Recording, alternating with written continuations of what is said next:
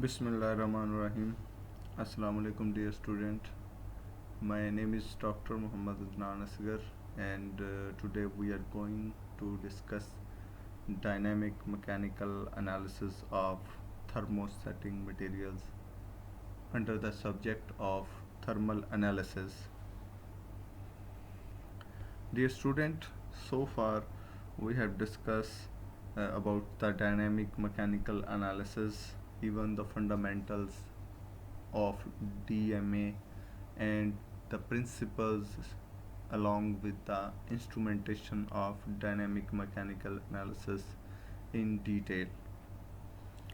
From last lectures, we were discussing about the involvement of dynamic mechanical analysis in thermosetting materials, and so far we have discussed many important things of thermosetting materials in terms of DMA. Here we studied about the DSC, TGA, and even DMA. What would be the role of these techniques in terms of characterization of thermosetting materials? And we also studied the two dynamic mechanical analysis mode in detail in previous lecture. Now we are going to discuss about the gelation, and gelation is the first appearance of a cross-linked network. It is irreversible transformation of a liquid to a gel. This is the irreversible transformation of a liquid to a gel or rubber, and it is accompanied by small increase in storage modulus. The distinction may be uh, the distinction may be drawn between molecular and chemical gelation. The chemical gelation is the phenomena, and microscopic gelation is actually the consequence. Chemical gelation, as defined by a scientist named Fleury, is the approach to infinite molecular weight. It is an isoconversional point that is observable as first detection of insoluble cross-linked gel in a reacting mixture.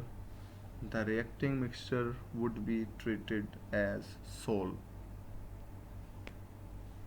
Chemical gelation is also defined as the point where tan theta becomes frequently independent. Macroscopic gelation may be observed as the approach to infinite viscosity, the first evidence of an equilibrium modulus, the G dash is equal to G double dash, crossover as measure of gel point. It is also the crossover in a rheology measurement, or as a loss peak in fiber and mesh supported systems. As just discussed, the gel point is often estimated in a rheological measurement as the crossover where G dash is equal to G double dash, as depicted in this figure 8. The dynamic rheology of 5-minute epoxy showing measurement of gelation.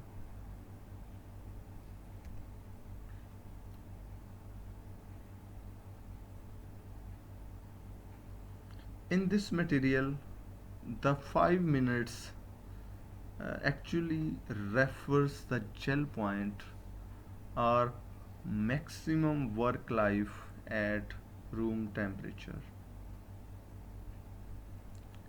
The value measured can be seen to very close to this time. As mentioned earlier, a better measure is the point where tan theta becomes frequency independent, which is usually close to but not necessarily equal to 1. Note that a rubbery plateau modulus between 10 power 5 and 10 power 6 Pascal is reached. It usually exists between 10 power 5 and 10 power 6 Pascal is reached after long times, actually demonstrating that vitrification, which would result in a modulus is less than 1 GPa, did not occur in this sample. Vitrification is the glass formation due to glass transition increasing from below Curie to above Curie temperature as a result of reaction. It is only occurs when Curie temperature would become less than glass transition temperature and begins when glass transition temperature becomes equal to Curie temperature of that particular sample.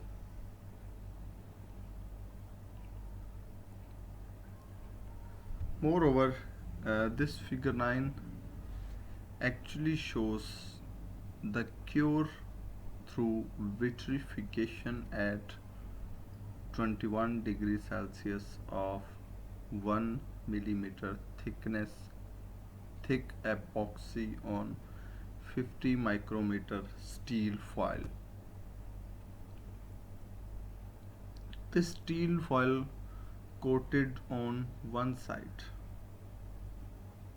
Measurements should be made by DMTA at 1 Hz in dual cantilever mode. E dash and tan theta were calculated from the composite analysis.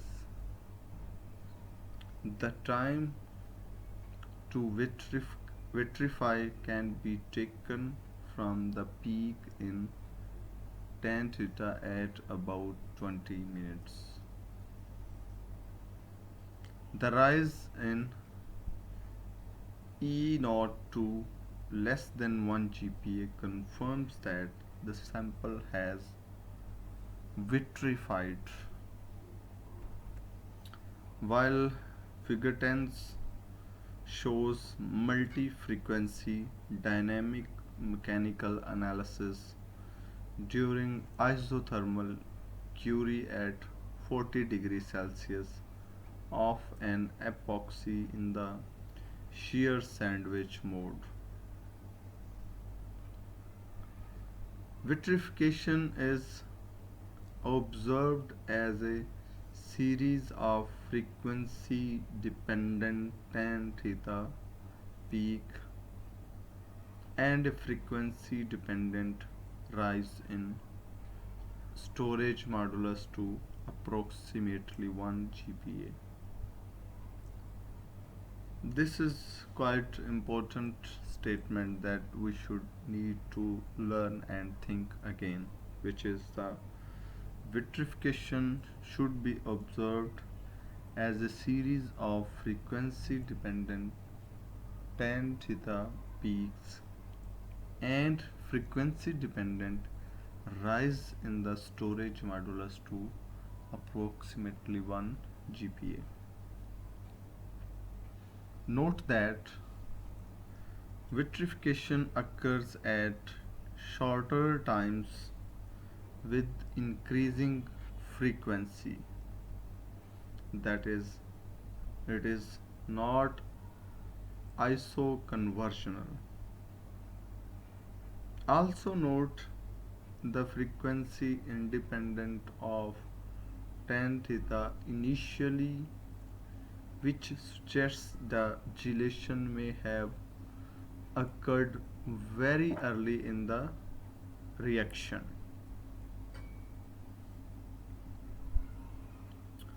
While this figure 11 is a classic example of gelation and vitrification during isothermal cure of an epoxy by torsional braid analysis TBA. At 50 degrees Celsius, the sample vitrifies and quenches a reaction prior to gelation so that only vitrification is observed. Between 80 degrees Celsius and 100 degrees Celsius, 150 degrees Celsius, gelation is observed, which is followed by vitrification. At 175 degrees Celsius and above, only gelation is observed because the Curie temperature is above glass transition temperature and system cannot vitrify.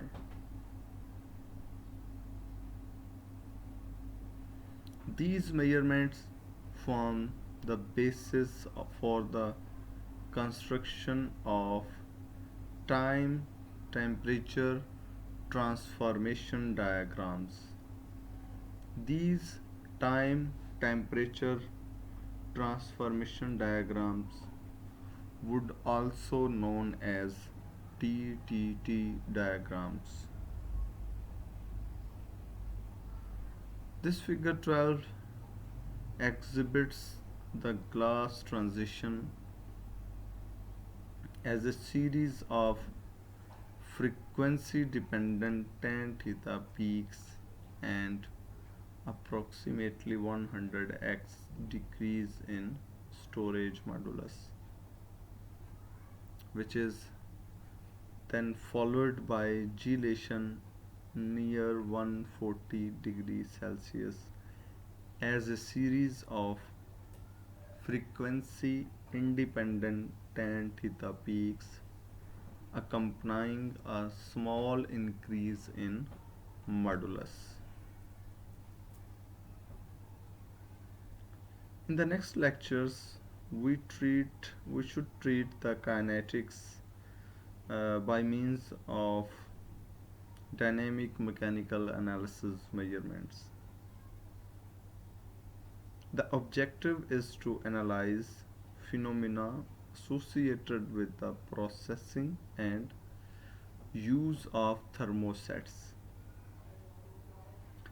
which includes process of life. Process of life means shelf life and work life of any compound. The objective actually is to analyze phenomena associated with the processing and use of thermosets,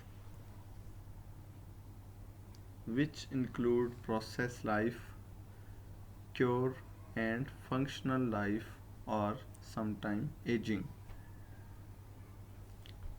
These methodologies may be used as in the study of kinetics by dynamic mechanical analysis.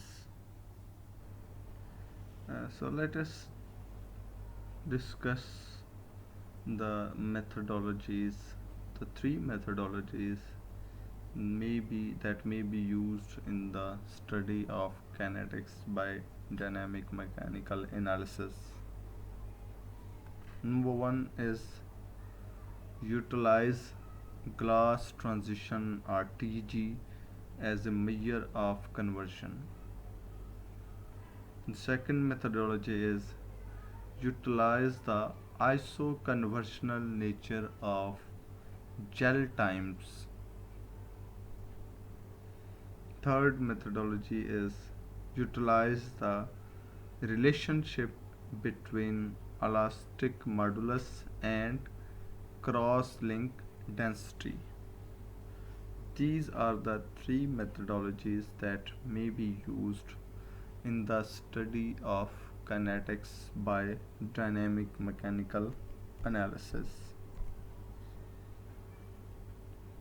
In figure 13, we review from the earlier discussion that the use of glass transition as a measure of conversion in the concentration of a matter curve at a reference temperature of 140 degrees Celsius, showing the chemical conversion as a solid line and vitrification at Curie temperatures below glass transition temperature, followed by diffusion controlled cure democratic by arrows, and it is quietly described by the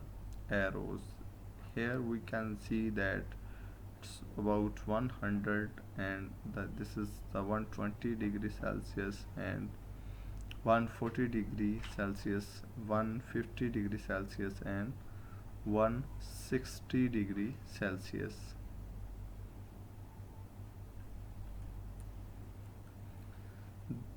These are the things that we have obtained in this diagram. While in figure 14a is an isothermal curve at 60 degree Celsius of a thermoset coating on wire mesh by DMTA. Both gelation and vitrification are already clearly detected. It is also shown in figure 14b that Arrhenius plots of gel times versus Curie temperature. Arrhenius plot of gel times versus Curie temperature yielding an activation energy of 12.4 kilocalorie per mole, while figure 15 shows master curves of glass transition temperature versus time at about 25 degree from time temperature superposition of glass transition time data using the activation energy from gel times. Results are shown on two time scale, one showing several days and other several years. While this coating would require a very long time to reach full cure at room temperature,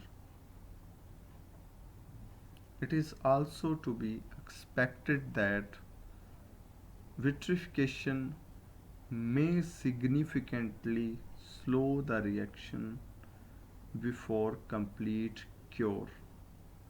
The glass transition temperature would be equal to 107 degrees Celsius. Note, however, that this coating reached a glass transition of over 80 degrees Celsius to 25 degrees Celsius without apparent slowing of cure process. This would suggest that the diffusion control cure is not significantly slower than the cure under the chemical control. While uncommon, that this has been observed in other systems. Next, we utilize the relation between cross-link density and elastic modulus to measure dynamic mechanical analysis degree of cure. The degree of cure, which is measured with the help of dynamic mechanical analysis, is also uh, designated with DOC. DOC is the degree of cure. Degree of cure is computed from the storage modulus, which would be the G dash or E dash beyond gelation in the absence vitrification. As shown in figure 16 are the results of dynamic mechanical analysis degree of cure. We can see DMA, DOC.